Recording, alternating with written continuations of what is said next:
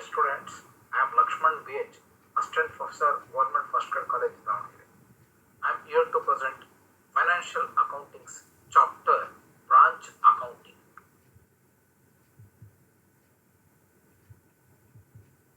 In order to increase the sales, business houses are required to market their products over a larger territory and may generally split their business into certain divisions or parts. If the various parts are located in different part of the same country like Bangalore, Davangere, etc., or in different countries of the world like America, England, etc., these are known as the branches. Head office controls the activities of various branches. The accounts maintained by this type of business houses are called branch accounts. ಮಾರಾಟವನ್ನು ಹೆಚ್ಚು ಮಾಡುವ ಸಲುವಾಗಿ ವ್ಯಾಪಾರ ಮಳಿಗೆಗಳು ತಮ್ಮ ವ್ಯಾಪಾರ ಮಳಿಗೆಗಳನ್ನು ಬೇರೆ ಬೇರೆ ಪ್ರಾಂತ್ಯಗಳಲ್ಲಿ, ಬೇರೆ ಬೇರೆ ಊರುಗಳಲ್ಲಿ ಹಾಗೂ ಬೇರೆ ಬೇರೆ ದೇಶಗಳಲ್ಲಿ ಸಾಮಾನ್ಯವಾಗಿ ಸ್ಥಾಪನೆಗಳನ್ನು ಮಾಡ್ತಾರೆ. ಈ ರೀತಿ ತಮ್ಮ ಕೇಂದ್ರ ಕಚೇರಿಯನ್ನು ಹೊರತುಪಡಿಸಿ ಬೇರೆ ಸ್ಥಳಗಳಲ್ಲಿ ತಾವು ಉತ್ಪಾದಿಸಿದ ಸರಕುಗಳಾಗಲಿ ಅಥವಾ ವ್ಯಾಪಾರ ಮಳಿಗೆಗಳು, ಅವರು ಸಗಟು ವ್ಯಾಪಾರಿಗಳು ಅಥವಾ ಉತ್ಪಾದಕರು ಯಾರೇ ಆಗಲಿ, ತಮ್ಮ ಕೇಂದ್ರ ಸ್ಥಾನವನ್ನು ಹೊರತುಪಡಿಸಿ ಬೇರೆ ಕಡೆಗಳಲ್ಲಿ ವ್ಯಾಪಾರ ಮಳಿಗೆಗಳನ್ನು ಸ್ಥಾಪಿಸಿ ಆ ಮುಖಾಂತರ ವ್ಯಾಪಾರವನ್ನು ಮಾಡುವ ವಿಧಾನವನ್ನು ಬ್ರಾಂಚ್ಗಳು ಅಥವಾ ಶಾಖೆಗಳ ಮುಖಾಂತರ ವ್ಯಾಪಾರ ಮಾಡುವ ಶಾಖೆಗಳು ಎಂದು ಕರೆಯುತ್ತಾರೆ. ಸಾಮಾನ್ಯವಾಗಿ ಶಾಖೆಗಳ ಮುಖಾಂತರ ಏನು ವ್ಯಾಪಾರವನ್ನು ಮಾಡುತ್ತಾರೋ ಅವರು ಕೇಂದ್ರ ಕಚೇರಿಯನ್ನು ಹೊಂದಿದ್ದು, ಕೇಂದ್ರ ಕಚೇರಿಯ ಮುಖಾಂತರ ಎಲ್ಲ ಲೆಕ್ಕಪತ್ರಗಳನ್ನು ಅಥವಾ ಕೇಂದ್ರ ಕಚೇರಿಯಲ್ಲೇ ಎಲ್ಲ ಶಾಖೆಗಳ ಲೆಕ್ಕಪತ್ರಗಳನ್ನು ಅವರು ನಿರ್ವಹಿಸುತ್ತಾರೆ. ಇಂತಹ ಕೇಂದ್ರಗಳನ್ನು ಕೇಂದ್ರ ಕಚೇರಿಗಳು ಎಂದು ಕರೆಯುತ್ತಾರೆ. ಈ ರೀತಿಯ ವ್ಯವಸ್ಥೆಯಲ್ಲಿ ಏನು ಲೆಕ್ಕಪತ್ರಗಳನ್ನು ಇಡುತ್ತಾರೋ ಅಂಥ ಲೆಕ್ಕಪತ್ರಗಳನ್ನು ಶಾಖಾ ಲೆಕ್ಕಪತ್ರಗಳು ಅಥವಾ ಬ್ರಾಂಚ್ ಅಕೌಂಟ್ಸ್ ಎಂದು ಕರೆಯುತ್ತಾರೆ. Now we proceed to learn about the objectives of branch account. The main objective of keeping branch accounts depends on the nature of the business and the specific need of a particular branch. Now we can study one by one what are the important objectives of a branch accounts. To know the profit or loss of each branch separately and to ascertain the financial position of each branch on a particular date, whether they earn the profit or loss, and at the same time to know the profitability of each branch and to know the cash and goods required of the various branch for a smooth and regular operations, and to evaluate the progress and performance of each branch in what way they are proceeding, and at the same time to give the suggestion for the implement in working of the branch for a effective running. ಈಗ ನಾವು branch ಅಕೌಂಟ್ಸ್ನ ಉದ್ದೇಶಗಳನ್ನು ನೋಡೋಣ. ಮೊದಲನೇದಾಗಿ ಮುಖ್ಯ ಉದ್ದೇಶ ಏನು ಅಂದರೆ branch ಅಕೌಂಟ್ಸನ್ನು maintain ಮಾಡ್ತಕ್ಕಂಥದ್ದು. ಇದು ಆಯಾ ಶಾಖೆಗಳ ಅವಶ್ಯಕತೆಗಳು ಮತ್ತು ಆಯಾ ಶಾಖೆಗಳ ಲಕ್ಷಣಗಳು ಏನಿದ್ದಾವೆ ಅದರ ಮೇಲೆ ಡಿಪೆಂಡ್ ಆಗಿರುತ್ತೆ. ಅದೇ ರೀತಿ ಈ ಬ್ರಾಂಚ್ ಅಕೌಂಟ್ಸನ್ನು ಮಾಡ್ತಕ್ಕಂಥ ಉದ್ದೇಶ ಅಂದರೆ ಪ್ರತಿಯೊಂದು ಬ್ರಾಂಚ್ ಏನಿದೆ ಅದರದ್ದು ಸಪರೇಟ್ ಆಗಿ ಪ್ರತ್ಯೇಕವಾಗಿ ಲಾಭ ಎಷ್ಟು, ನಷ್ಟ ಎಷ್ಟು ಪ್ರತಿಯೊಂದು ಶಾಖೆಯಿಂದ ಅಂತ ತಿಳ್ಕೊಳ್ತಕ್ಕಂಥದ್ದು ಎರಡನೇದಾಗಿರ್ತಕ್ಕಂಥ ಉದ್ದೇಶ, ಇನ್ನೊಂದು ಮುಖ್ಯವಾದ ಉದ್ದೇಶ. ಅದೇ ರೀತಿಯಲ್ಲಿ ಪ್ರತಿಯೊಂದು ಶಾಖೆಗಳ ಹಣಕಾಸಿನ ಸ್ಥಿತಿಗತಿಗಳು ಏನಿದೆ, ಫೈನಾನ್ಷಿಯಲ್ ಪೊಸಿಷನ್ ಅದು ಒಂದು ನಿರ್ದಿಷ್ಟಪಡಿಸಿದ ದಿನಾಂಕಗಳಲ್ಲಿ ಏನಿದೆ ಅಂತ ತಿಳ್ಕೋಬೇಕು ಅನ್ನೋದು ಕೂಡ ಆಗಿರುತ್ತೆ. ಅದರೊಂದಿಗೆ ಪ್ರಾಫಿಟಬಿಲಿಟಿ ಆಫ್ ಈಚ್ ಬ್ರಾಂಚ್ ಅಂತ ಅಂದರೆ ಎಷ್ಟು ಲಾಭದ ಪ್ರಮಾಣವನ್ನು ಅವು ಹೊಂದಿದ್ದಾವೆ, ಎಷ್ಟು ಪ್ರಮಾಣದಲ್ಲಿ ಲಾಭವನ್ನು ಗಳಿಸ್ತಾ ಇದ್ದಾವೆ ಏನು ಅಂತಕ್ಕಂಥದ್ದು ಪ್ರತಿಯೊಂದು ಶಾಖೆಗೂ ಕೂಡ ತಿಳ್ಕೋಬೇಕು ಅನ್ನೋದು ಕೂಡ ಉದ್ದೇಶ ಆಗುತ್ತೆ. ಅದರೊಂದಿಗೆ ಕ್ಯಾಶ್ ಮತ್ತೆ goods requirements of the various branch. ಅಂದರೆ ಪ್ರತಿಯೊಂದು ಬ್ರಾಂಚ್ಗೂ ಕೂಡ ಎಷ್ಟು ಹಣದ ಅವಶ್ಯಕತೆ ಇದೆ, ಅದೇ ರೀತಿ ಎಷ್ಟು ಸರಕು ಅವಶ್ಯಕತೆ ಇದೆ ಪ್ರತಿಯೊಂದು ಬ್ರಾಂಚ್, ಅದನ್ನು ಕೂಡ ತಿಳ್ಕೋಬೇಕು ಅನ್ನೋ ಕಾರಣಕ್ಕೋಸ್ಕರ ಬ್ರಾಂಚ್ ಅಕೌಂಟ್ ಅನ್ನ ಸಪರೇಟ್ ಆಗಿ ನಾವು ಮಾಡ್ಕೊತೀವಿ. ಅದ್ರ ಜೊತೆಗೆ ಪ್ರತಿಯೊಂದು ಬ್ರಾಂಚ್ ಏನು ಪ್ರೋಗ್ರೆಸ್ ಅನ್ನ ತೋರಿಸ್ತಾ ಇದೆ, ಅಭಿವೃದ್ಧಿ ಇದೆ, ಪರ್ಫಾರ್ಮೆನ್ಸ್ ಏನು ಸಾಧನೆಗಳನ್ನ ಮಾಡ್ತಾ ಇದೆ ಪ್ರತಿಯೊಂದು ಬ್ರಾಂಚ್ ಕೂಡ ಏನು ಇರ್ತಾ ಅಂತ ಅದನ್ನ ಒಂದೊಂದಾಗಿ ಅಥವಾ ಪ್ರತಿಯೊಂದು ಬ್ರಾಂಚಿಗೂ ಸಂಬಂಧಪಟ್ಟ ಹಾಗೆ ನಾವು ತಿಳ್ಕೊಳ್ಳಿಕ್ಕೆ ಇಷ್ಟಪಡ್ತೀವಿ.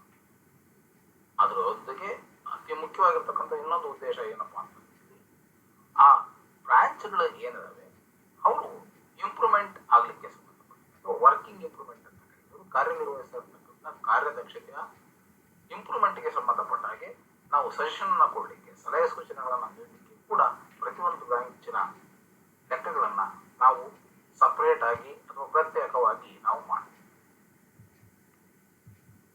Here we are proceed to discuss about the types of branch. Branches are generally classified into three main categories. First one is the branches not keeping full system of accounting, which also called as dependent branches, and the branches keeping full system of accounting, which called as independent branches. And at the same time, the third category is foreign branches.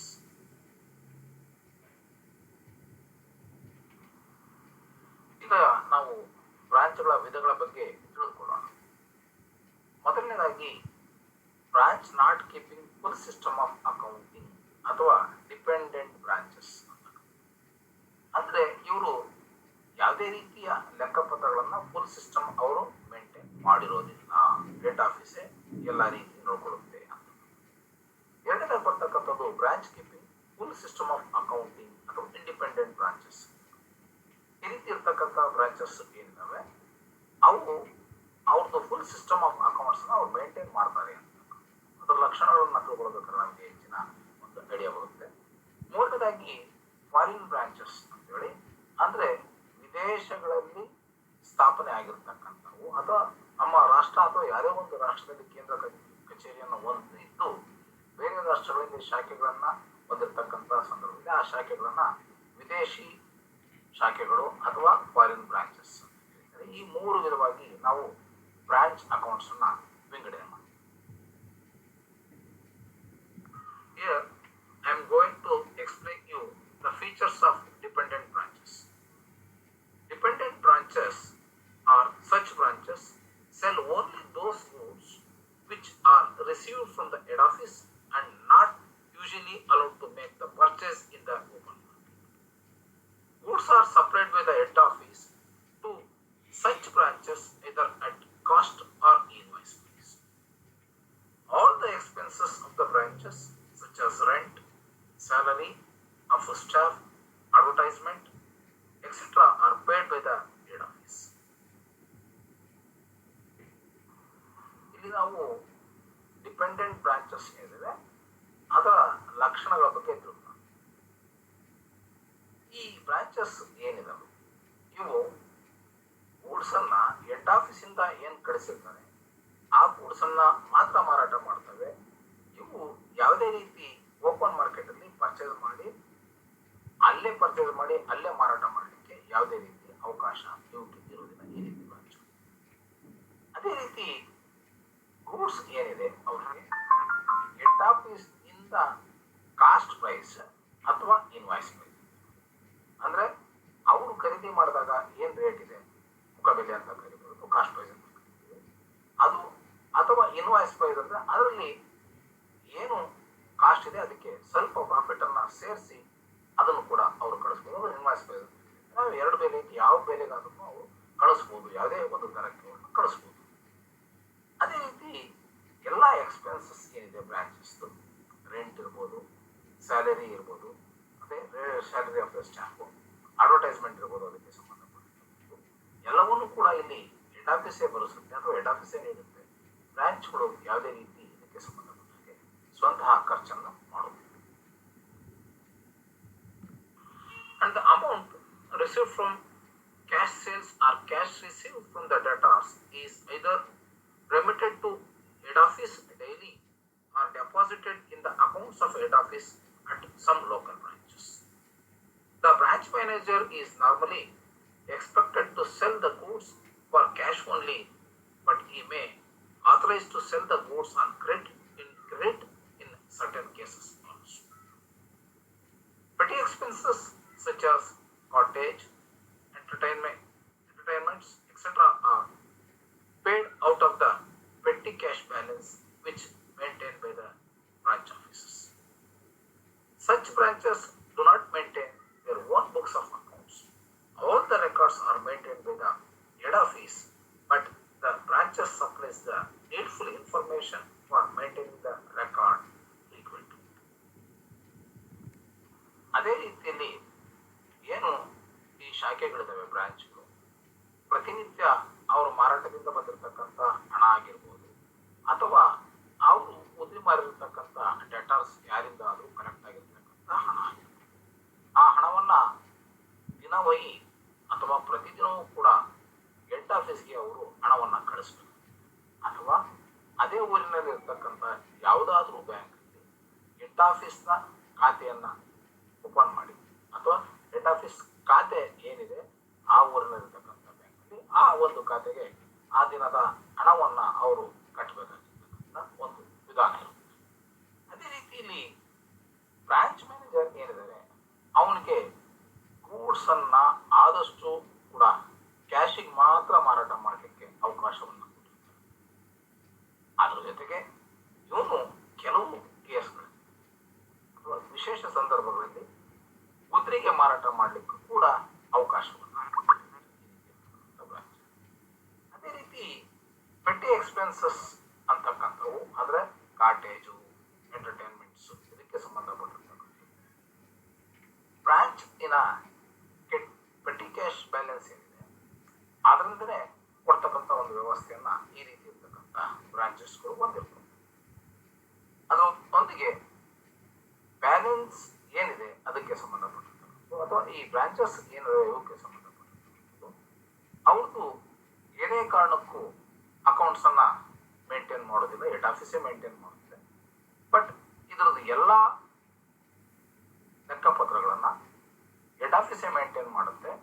ಅಲ್ಲೇ ಅದಕ್ಕೆ ಸಂಬಂಧಪಟ್ಟಿರ್ತಕ್ಕಂಥ ಎಲ್ಲ ದಾಖಲಾತಿಗಳು ಏನ್ ಬೇಕಾಗಿದೆ ಅವಶ್ಯ ಅವನ್ನ ಕಳಿಸ್ತಕ್ಕಂಥ ವ್ಯವಸ್ಥೆಯನ್ನ bank ಅವರು ಮಾಡ್ತಾರೆ.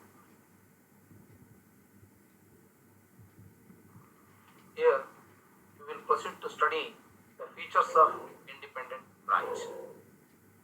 These type of branches purchase the goods from market besides the goods getting from the head office. They can also supply the goods to head office, pay expenses from the cash realized and deposits in their own accounts. And at the same time, the foreign branches are those branches. A branch located in a foreign country is called the foreign branch. Such branches keeps its accounts in foreign currencies. ಇಲ್ಲಿ ನಾವು independent branch ನ ಲಕ್ಷಣಗಳನ್ನ ನೋಡಬೇಕು ಅನ್ನೋದಾದ್ರೆ ಈ ರೀತಿ ಇರ್ತಕ್ಕಂಥ branches ಏನಿದಾವೆ ಅವರು head office ಇಂದ ಬರ್ತಕ್ಕಂಥ ಗೂಡ್ಸ್ ಏನಿದೆ ಅದ್ರ ಜೊತೆಗೆ ಅಲ್ಲೇ ಸ್ಥಳೀಯವಾಗಿ ಕೂಡ ಪರ್ಚೇಸ್ ಅನ್ನ ಮಾಡ್ತಕ್ಕಂಥ ಒಂದು ಅವಕಾಶವನ್ನ ಪಡೆದಿರ್ತಾರೆ. ಅದರ ಜೊತೆಗೆ ಸ್ಥಳೀಯವಾಗಿ ಪರ್ಚೇಸ್ ಮಾಡಿರ್ತಕ್ಕಂಥ ಗೂಡ್ಸ್ ಅನ್ನ ಅಥವಾ ಸರಕನ್ನ ಅವರು ಹೆಡ್ ಆಫೀಸ್ಗೆ ಕೂಡ ಕಳಿಸ್ತಕ್ಕಂಥದ್ದಿರುತ್ತೆ. ಅದರ ಜೊತೆಗೆ ಅವರು ಆ ಬ್ರಾಂಚ್ ನಲ್ಲಿ ಏನ್ ಖರ್ಚುಗಳು ಬರ್ತವೆ ಅವಕ್ಕೆ ಸಂಬಂಧಪಟ್ಟಿರ್ತಕ್ಕಂಥ ಖರ್ಚುಗಳನ್ನ ಅಲ್ಲಿಯೇ ಸ್ಥಳೀಯವಾಗಿ ಪಟ್ಟಿ ಕ್ಯಾಶ್ ಇಂದ ಖರ್ಚು ಮಾಡ್ತಕ್ಕಂಥ ಒಂದು ಸೌಲಭ್ಯವನ್ನು ಹೊಂದಿದೆ. ಅದರ ಜೊತೆಗೆ ಫಾರಿನ್ ಬ್ರಾಂಚಸ್ ಅಂತ ಬರ್ತಕ್ಕಂಥದ್ದು ಯಾವುದೇ ಒಂದು ಬ್ರಾಂಚು ವಿದೇಶದಲ್ಲಿ ಅಥವಾ ಯಾವ ಒಂದು ವ್ಯಾಪಾರ ಅಥವಾ ಉದ್ಯಮ ತನ್ನ ಕೇಂದ್ರ ಕಚೇರಿಯನ್ನು ಹೊಂದಿರುತ್ತೋ ಆ ರಾಷ್ಟ್ರವನ್ನು ಹೊರತುಪಡಿಸಿ ಬೇರೆ ರಾಷ್ಟ್ರಗಳಲ್ಲಿ ಅಥವಾ ಬೇರೆ ದೇಶಗಳಲ್ಲಿ ತನ್ನ ಶಾಖೆಗಳನ್ನು ಹೊಂದಿದೆ ಅಂತ ಶಾಖೆಗಳನ್ನ ಫಾರಿನ್ ಬ್ರಾಂಚ್ ಅಥವಾ ವಿದೇಶಿ ಶಾಖೆಗಳು ಅಂತ. ಈ ರೀತಿ ಇರ್ತಕ್ಕಂಥ ಶಾಖೆಗಳು ಏನಿದಾವೆ ಅವು ಅವುಗಳ ಲೆಕ್ಕಪತ್ರಗಳನ್ನ ಫಾರಿನ್ ಕರೆನ್ಸಿ ಅಂದ್ರೆ ಯಾವ ರಾಷ್ಟ್ರದಲ್ಲಿ ಅವು ಕಾರ್ಯವನ್ನು ನಿರ್ವಹಿಸ್ತಿರ್ತವೋ ಆ ರಾಷ್ಟ್ರದ ಕರೆನ್ಸಿಯಲ್ಲಿ ಲೆಕ್ಕಪತ್ರಗಳನ್ನ ಅವರು ಮೇಂಟೈನ್ ಮಾಡ್ತಾರೆ.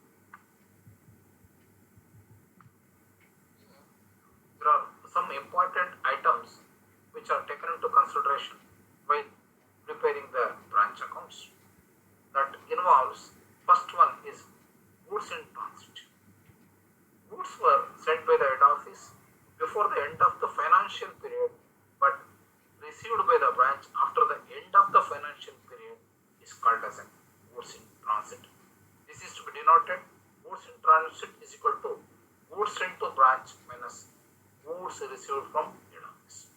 And at the same time, another one regarding these is remittances or cash in transit. The remittances are cash which was remitted by the branches before the end of the financial period but was received by the head office after the end of the financial period is to be known as the remittances or cash in transit.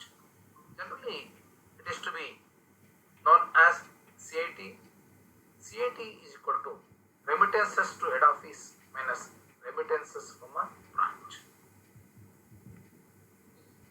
ನಾವು branch ಅಕೌಂಟ್ಸ್ಗೆ ಸಂಬಂಧಪಟ್ಟ ಹಾಗೆ ಕೆಲವು important items ಅನ್ನು ನೋಡೋಣ.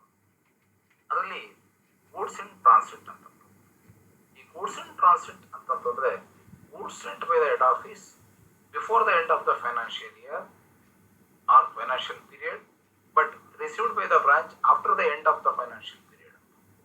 ಅಂದ್ರೆ ಇಲ್ಲಿ goods ಅನ್ನ ನಾವು ಹೆಡ್ ಆಫೀಸಿಂದ ಬ್ರಾಂಚಿಗೆ ಕಳಿಸ್ಬಿಟ್ಟಿರ್ತೀವಿ ಯಾವುದೋ ಒಂದು ಫೈನಾನ್ಷಿಯಲ್ ಇಯರ್ಗೆ ಅಥವಾ ಅಕೌಂಟಿಂಗ್ ಪೀರಿಯಡ್ಗೆ ಸಂಬಂಧಪಟ್ಟ.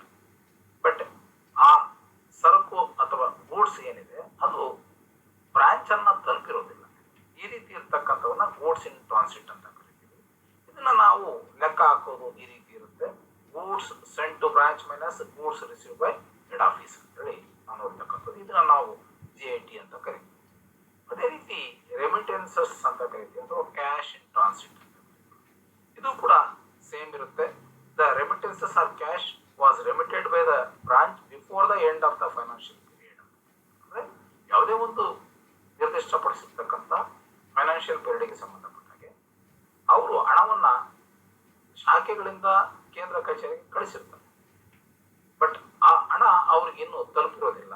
ಹೆಡ್ ಆಫೀಸ್ ಅನ್ನ ಆ ಒಂದು ಲೆಕ್ಕದ ಏನು ಅವಧಿ ಇದೆ ಅಥವಾ ಫೈನಾನ್ಷಿಯಲ್ ಪೀರಿಯಡ್ ಏನಿದೆ ಅದರ ನಂತರ ಅವರಿಗೆ ಮುಟ್ಟಿರುತ್ತೆ. ಆ ಲೆಕ್ಕದ ಅವಧಿಗೆ ಸಂಬಂಧಪಟ್ಟಾಗೆ ಆ ಹಣವನ್ನು ನಾವು ರೆಮಿಟೆನ್ಸಸ್ ಕ್ಯಾಶ್ ಇನ್ ಟ್ರಾನ್ಸಿಟ್ ಅಂತ ಕರಿತೀವಿ. ಇದಕ್ಕೆ ಸಂಬಂಧಪಟ್ಟಿರ್ತಕ್ಕಂಥದ್ದು remittances to the head office minus remittances from a branch ಎರಡಕ್ಕೂ ಸಂಬಂಧಪಟ್ಟಿರ್ತಕ್ಕಂಥ ಆ ಒಂದು ಆರ್ಥಿಕ ವರ್ಷಕ್ಕೆ ಸಂಬಂಧಪಟ್ಟಾಗೆ ಲೆಕ್ಕ ಬರ್ತಕ್ಕಂಥ ವ್ಯತ್ಯಾಸ ಏನಿದೆ ಅದನ್ನ ರೆಮಿಟೆನ್ಸಸ್ ಇನ್